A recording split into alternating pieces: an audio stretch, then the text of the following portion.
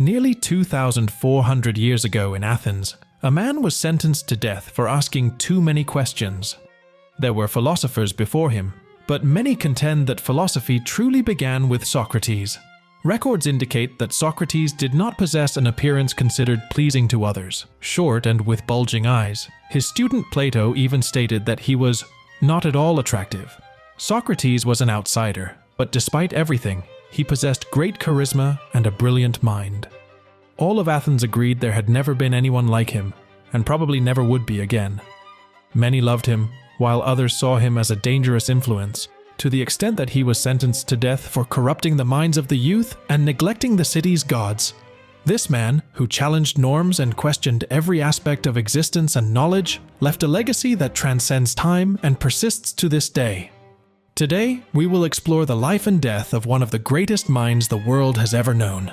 Today, we meet Socrates.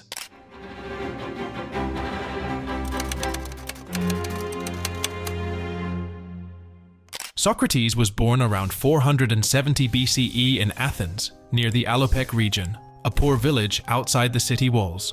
His father was a sculptor who carved columns in temples, and his mother was a midwife. Socrates' family was not enslaved, but they also did not own any slaves to work for them. They lived independently, looking for places where their work was needed, which at the time was looked down upon, as Athenians left their work to slaves. Socrates did not receive formal education, nor did he learn to read or write, although he had some money. Teachers at the time were too expensive, only the very wealthy could afford them. Socrates might have led an ordinary life, trying without much enthusiasm to learn his father's craft of sculpting. "Carving columns is more complicated than it seems," he might have said, with a puzzled expression after misaligning a column once again. But fate had other plans for him. Near bustling Athens was the Oracle of Delphi, known to all as the gateway to the divine. The inscription on its portal, "Know thyself," challenged all who sought its prophecies. It was more than a place. It was a journey of self-discovery that everyone, at least once in their lifetime, aspired to make.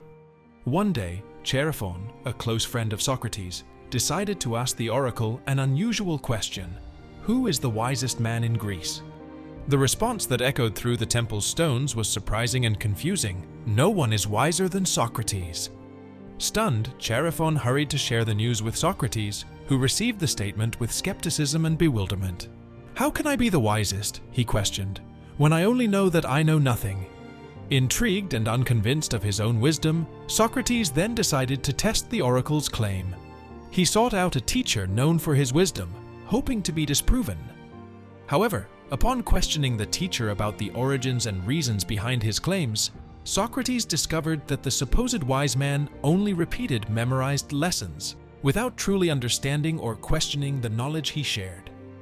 Disappointed, Socrates returned home and asked his father for money to see another teacher, but the same thing happened. He realized that those people got rich just by repeating what had been told to them and never learned anything. They didn't question anything and never even sought to understand the origins of their knowledge. Socrates' quest led him back to his own home, where he observed his father working the marble.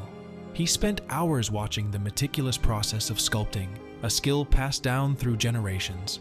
It was a job of precision, yet repetitive and with no room for questioning or innovation. That's when Socrates thought, most people were not wise, they were just experts in specific functions. True wisdom did not reside in memorizing and repeating, but in questioning and understanding. With this new understanding, Socrates returned to the streets of Athens. He confronted philosophers, politicians, and citizens, challenging them to explain their beliefs and knowledge. With each interaction, Socrates demonstrated that even those considered wise often failed to support their own assertions when truly pressed. His questions not only illuminated the limitations of others' knowledge, but also provoked irritation and admiration in equal measure.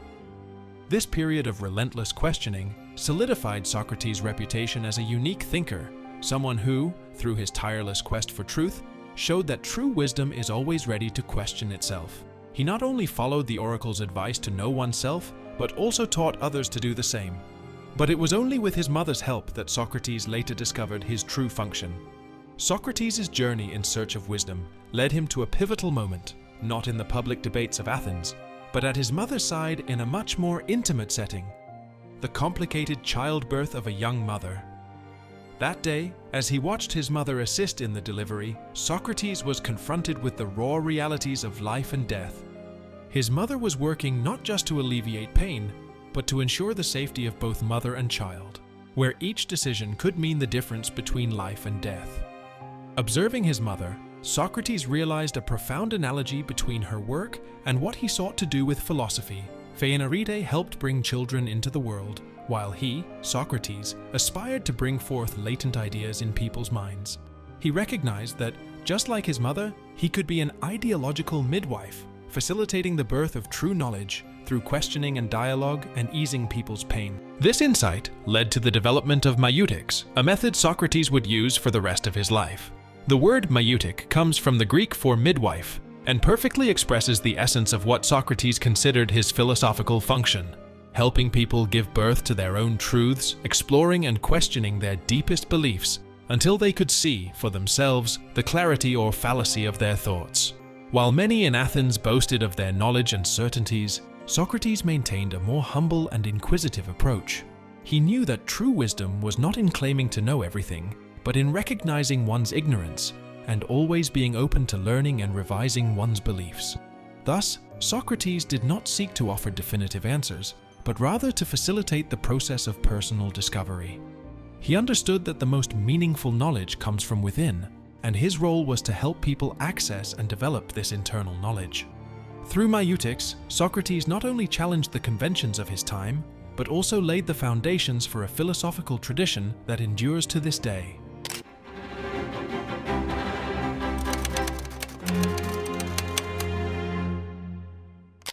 As Socrates gained fame across the region, he also amassed many disciples.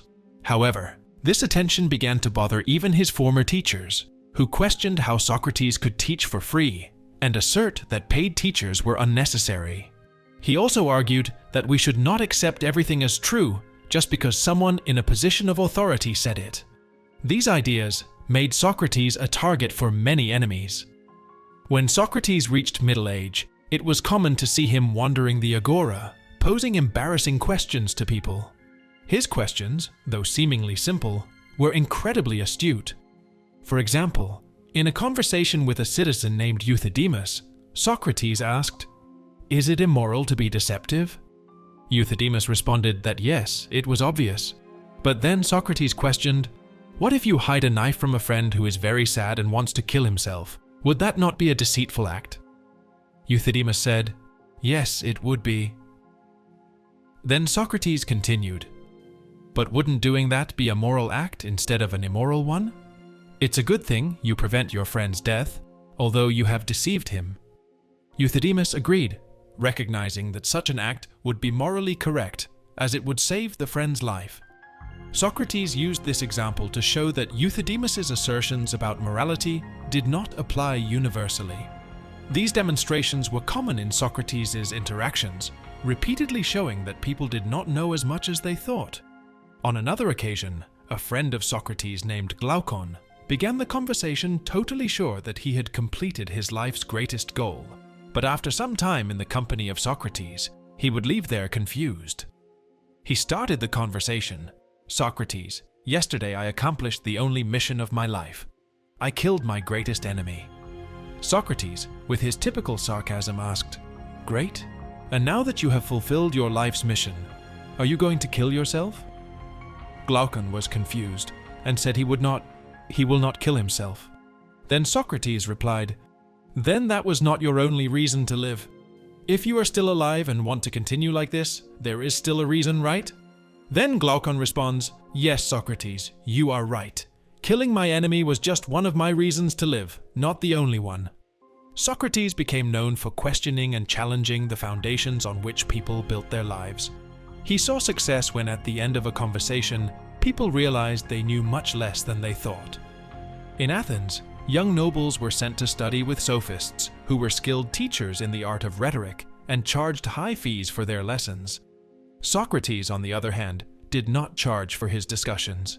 He claimed he knew nothing, So how could he teach anything? This did not prevent students from seeking him out and listening to his conversations. The sophists, often criticized by Socrates for claiming to possess the truth, taught that truth lay in the mouth of whoever could articulate words most effectively. Socrates, however, argued that opinion is individual, but wisdom is universal. Matters of ethics and morality, he argued, could not be relativized as the sophists always did. Thus, Socratic thinking was born. Making aletheia, which means the truth or the essence, overcome doxa, which means opinion or appearance, allowing the Greek man to reach the truth. Socrates differed from the sophists not only by abhorring monetary payments in exchange for his teachings, or by identifying sophistic activities as a word game to prevent the discovery of truth. Socrates criticized the very inconsistency of sophistic activities, capable of defending conflicting arguments in the same dialogue, all with the same goal of winning a discourse. The sophists practiced rhetoric, a flawless discourse, yet empty in content. Socrates practiced dialectics, which was composed of sound arguments. In rhetoric, the listener is swept away by a torrent of words that, if adequately composed, persuade without imparting any knowledge. In dialectics, which operates through questions and answers, the conversation flows step by step, and it is not possible to move forward without clarifying what was left behind. The term philosophy originates from the Greek words philia, which means friendship or love, and sophia, which means wisdom. For Socrates, true wisdom was not simply having knowledge of various facts or knowing how to perform tasks. It was understanding the true nature of our existence, including the limits of what we can know. He believed that true wisdom lay in continually asking questions and always being willing to debate his ideas. Life is only worth living when we reflect, he declared. For him, an unexamined existence was suitable only for animals, not for human beings.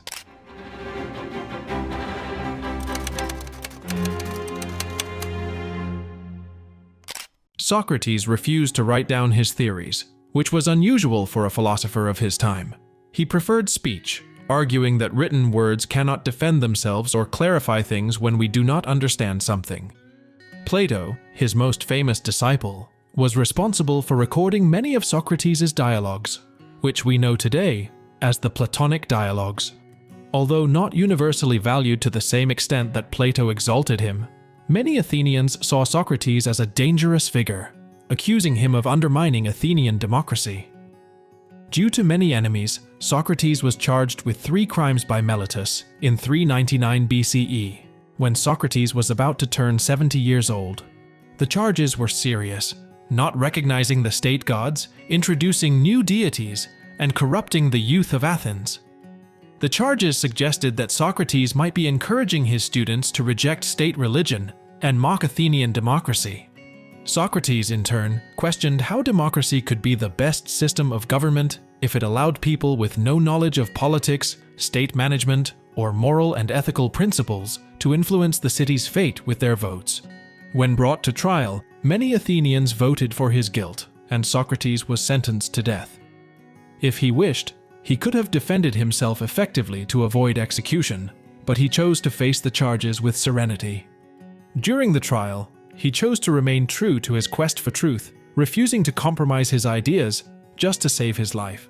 According to Plato's accounts, Socrates said, "As long as I can breathe and have my physical and mental faculties, I will never stop practicing philosophy and helping others seek the truth. So, gentlemen, whether I am acquitted or not, know that I have never altered my conduct, even if I have to die." Socrates was condemned to drink hemlock, a poison that would gradually paralyze his body. After saying goodbye to his wife and children and talking with his students, he faced his death as he had lived, questioning and seeking the truth. He would have refused the chance to live in silence without being able to ask questions, preferring to die rather than live in such a manner. Socrates drank the poison and died surrounded by those who admired him, leaving a legacy that continues to inspire philosophers for generations. This difficult man, who continued to ask questions until the end and preferred to die rather than cease his quest for truth, remains alive through his ideas and teachings, impacting even today all who value critical thinking and philosophy. But here is the time to depart. I for death, you for life. Which of us follows the better course no one knows, except the gods. Socrates. If you've made it this far, it means that this journey through the world of philosophy has awakened something in you. Turn that spark into a flame. Explore Essence of Wisdom, the definitive guide that simplifies the history of philosophy, making it accessible, engaging, and deeply relevant and applicable to your life. The link is pinned in the comments below. Thank you for staying until the end and follow the White Rabbit.